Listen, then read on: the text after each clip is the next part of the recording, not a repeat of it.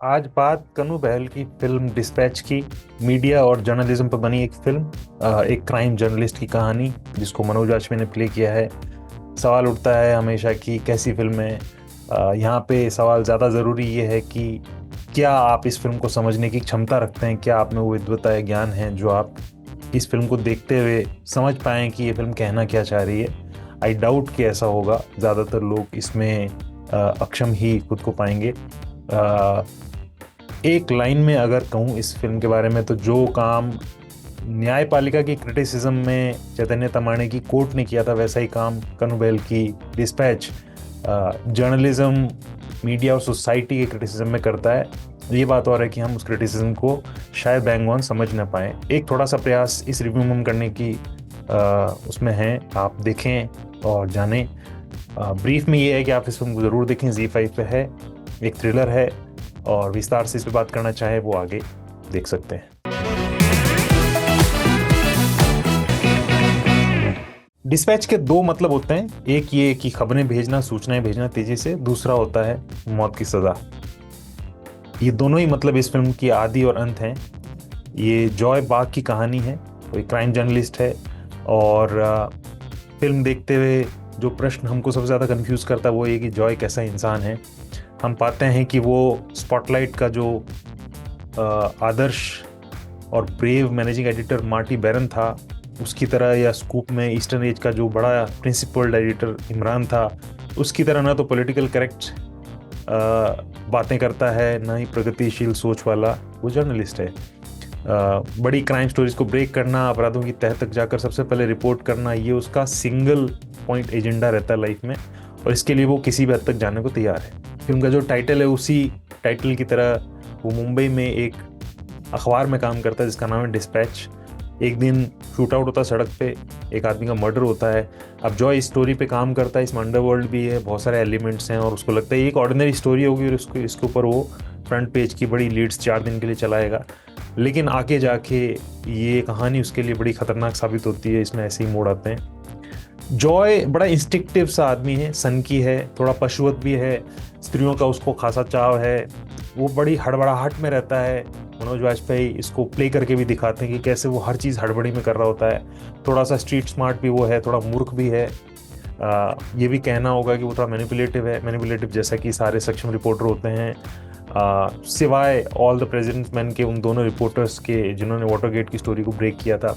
अपने लक्ष्य के आगे जॉय को सही गलत नहीं दिखता है। वो कोई एथिकल जर्नलिस्ट नहीं है। स्टोरी के लिए वो पुलिस कस्टडी में एक संदिग्ध होता है, उसको बड़ा बुरी तरह से मारता है, पीटता है आग बबूला होके कि मैं छापूं क्या, मेरी स्टोरी में क्या छापूं, बता, कुछ बता। और खबर के पीछे का सच खोजने से वो कोई कॉम्प्रोमाइज़ नहीं करता है। सिर्फ ये एक चीज़ उसकी लाइफ में ऐसी जिसमें कोई मिलावट वो नहीं करता है, खबर और सच। जर्नलिज्म पर बनी बाकी फिल्मों की तरह वो एक कमाल का और दुस्साहसी सा क्राइम जर्नलिस्ट भी है, हीरोइक भी है। लेकिन फ़र्क इतना है कि राइटर कनू बेल और ईशानी बनर्जी इस कैरेक्टर को जब बनाते हैं तो हीरोइज्म और ग्लोरी को उठा के कई मीलों दूर रख देते हैं, और इन चीज़ों के साथ उसका जन्म बिल्कुल भी नहीं होता है। इन दोनों लेखकों का यही आग्रह होता है कि हम इसे पत्रकारिता पर बनी एक बड़ी भिन्न सी फिल्म बनाना चाहते हैं, इसमें वो सफल भी होते हैं।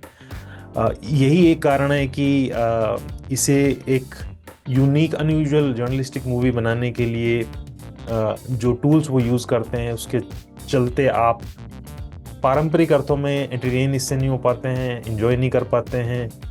और चूँकि फिल्म में थोड़ा सा आर्ट हाउस वाला एलिमेंट भी है, इस वजह से भी ये फिल्म ट्रेडिशनल वेज में इंगेजिंग आपके लिए नहीं हो पाती है। आपके लिए इतनी सरल और सुगम ये फिल्म नहीं है। कनू की फिल्में किरदारों से ज़्यादा ड्राइव होती हैं और कहानी से कम ड्राइव होती हैं। इस फिल्म में जो उनकी किरदार की पवित्रता वाली जो बात है वो थोड़ी हिली है, क्योंकि उनका जो कैरेक्टर जॉय बाग है वो सिर्फ जॉय बाग नहीं लगता है, वो रह रहे कि मनोज वाजपेयी भी लगता है। चाहे इस सेंस में ही सही कि कनू बेहल और मनोज वाजपेयी कोलैब कर रहे हैं, और देखने का कौतूहल हमारे में है कि इस क्राइम जर्नलिस्ट को मनोज आखिर कैसे प्ले करेंगे, आखिर हमें उनकी एक्टिंग की कुछ कैसी कमाल की इंटरप्रिटेशंस देखने को मिलेगी। ऐसा भी नहीं है कि मनोज है, उनको कनू की कठोर फिल्म मेकिंग से गुजरना नहीं पड़ा है, वो दिखता भी है। जैसे सेक्स सीन्स जितने भी हैं उनमें न्यूडिटी भले ही बहुत ख़ास ना हो, लेकिन शरीर की जो क्रिया होती है और वर्जिश होती है उसको उतनी ही ऑथेंटिसिटी के साथ, उतनी ही असहज करने वाली स्थितियों के साथ आप प्ले होते देखते हैं। अगर किसी एक्टर को 15 टेक भी इस तरीके की सीन्स में देने पड़े तो उसकी रीढ़ में बल पड़ जाए। और ऊपर से कन्नू ऐसे डायरेक्टर हैं जो कुख्यात हैं कि वो बहुत सारे टेक्स अपने एक्टर से निकलवाते हैं, 40-50 टेक्स तक भी कई बार उनकी सीन्स जाते हैं। एक बात जो ख़ास तौर पर नज़र आती है कि आमतौर पे पत्रकारों को कहा जाता है कि अपनी न्यूज़ स्टोरीज़ में बड़े बड़े ताकतवर लोगों के कपड़े उतारते हैं। डिस्पैच वो फिल्म है जिसमें कन्नू बहल पत्रकारों के कपड़े उतारते हैं। शायद ये पहली फिल्म है जिसमें आप एक नंगा मनोज वाजपेयी देखते हैं। सुखद है कि एक डायरेक्टर ने एक एक्टर को कन्विंस किया कि इस वर्जना के परे हमको जाना है। ये वो रेखा है नग्नता वाली जिसको लगभग सभी अच्छे भारतीय अभिनेताओं ने कभी पार नहीं किया है, ना के बराबर पार किया है। डीओपी सिद्धार्थ दीवान है, उनके जो ग्रुप है, उनका जो कैमरा है वो बड़ा निरपेक्ष भाव से जॉय बाग को फॉलो करता है। पत्नी से उलझते हुए गर्लफ्रेंड के साथ कार में जब वो मेकआउट कर रहा होता है, अंडरवर्ल्ड के लोगों के साथ जब वो गोपनीय मुलाकातें कर रहा है, शहर के किसी कोने में दड़बे में जब वो अपने सोर्सेज से बात करता है, वो सोर्सेज जिसको जर्नलिस्ट कभी डिस्क्लोज नहीं करता है। गुड़गांव में एक डेटा सेंटर में वो नकली आईडी कार्ड के साथ घुस जाता है और फिर वहाँ से कैसे बदहवास होकर भागता है, कैसे वो अकेले में रोता है, कैसे वो निर्वस्त्र टॉयलेट सीट पर बैठ के सिगरेट पी रहा है, कैसे वो T20 के एक बड़े बदनाम से इंसान के लंदन में स्थित बड़े किले बंद विला में अपने सस्ते जूतों को छिपाने या साफ करने का प्रयास करता है असफलता के साथ, कैसे अस्त होते हुए सूर्य की तरफ पीट किए वो एक ओपन कैफे में बैठा है और एक शून्य और बहरापन चारों तरफ छाया और उसी में उसका ध्यान गड़ा है। सांसें बचा लेने की जो अंतिम कातर कोशिशें वो करता है, उसमें भी कैमरा उसको मूक होकर दूर से देख रहा होता है निरपेक्ष भाव से। फिल्म के शुरू और आखिर में सिनेमाटोग्राफी आर्टिस्टिक होती है, बाकी जगह जेनरिक रहती है। स्नेहा खानवलकर तमस में मनराज भाटिया जैसा साउंड यहाँ पे कुछ मौक़ों में अपने बैकग्राउंड में, ओरिजिनल बैकग्राउंड में क्रिएट करती हैं। वो ऐसा बैकग्राउंड होता है जिससे डर की, निराशा की, सीलन की और मानवता के पतन की बू आपको आती है। डिस्पैच विजुअल डिलाइट होती है अपने आखिरी 20 मिनटों में, जहाँ पे वो बहुत ही खौफनाक चीज़ें हमारे लिए लेकर आती है। एक इंसान की जो मेंटल स्टेट है उसको दिखलाती है, एक ऐसे इंसान की मेंटल स्टेट जिसको पता है कि उसको अब मार दिया जाएगा, वो भाग रहा है और इन अंतिम मिनटों में वो भीड़ में भी है तो अकेला है और डरा हुआ है, छटपटा रहा है। ऐसा जो डर है इससे पहले मैंने 13 hours the secret soldier Benghazi में देखा था, जहाँ पे आप जान रहे हैं कि कोई मारा जाएगा और उसे संभवतः जीते जी ही उसके शरीर को वहशी भीड़ सड़कों पर घसीट घसीट के लेके जाएगी। वो खौफ है, उसको आप बयान नहीं कर सकते हैं। इन अंतिम मिनटों में मनोज वाजपेयी मौत के खौफ को बहुत जीवट के साथ, बहुत नवीनता के साथ बिता के दिखाते हैं। कन्नू और सिद्धार्थ दीवान सड़कों पे दौड़ती हुई बाइक्स वाले सीन्स में उसे बड़े चरम पे लेके चले जाते हैं। इस फिल्म का हासिल ये भय का वातावरण है जो एक जर्नलिस्ट या मौत से भाग रहे इंसान के मन में और फिर दर्शकों के भीतर फैल जाता है।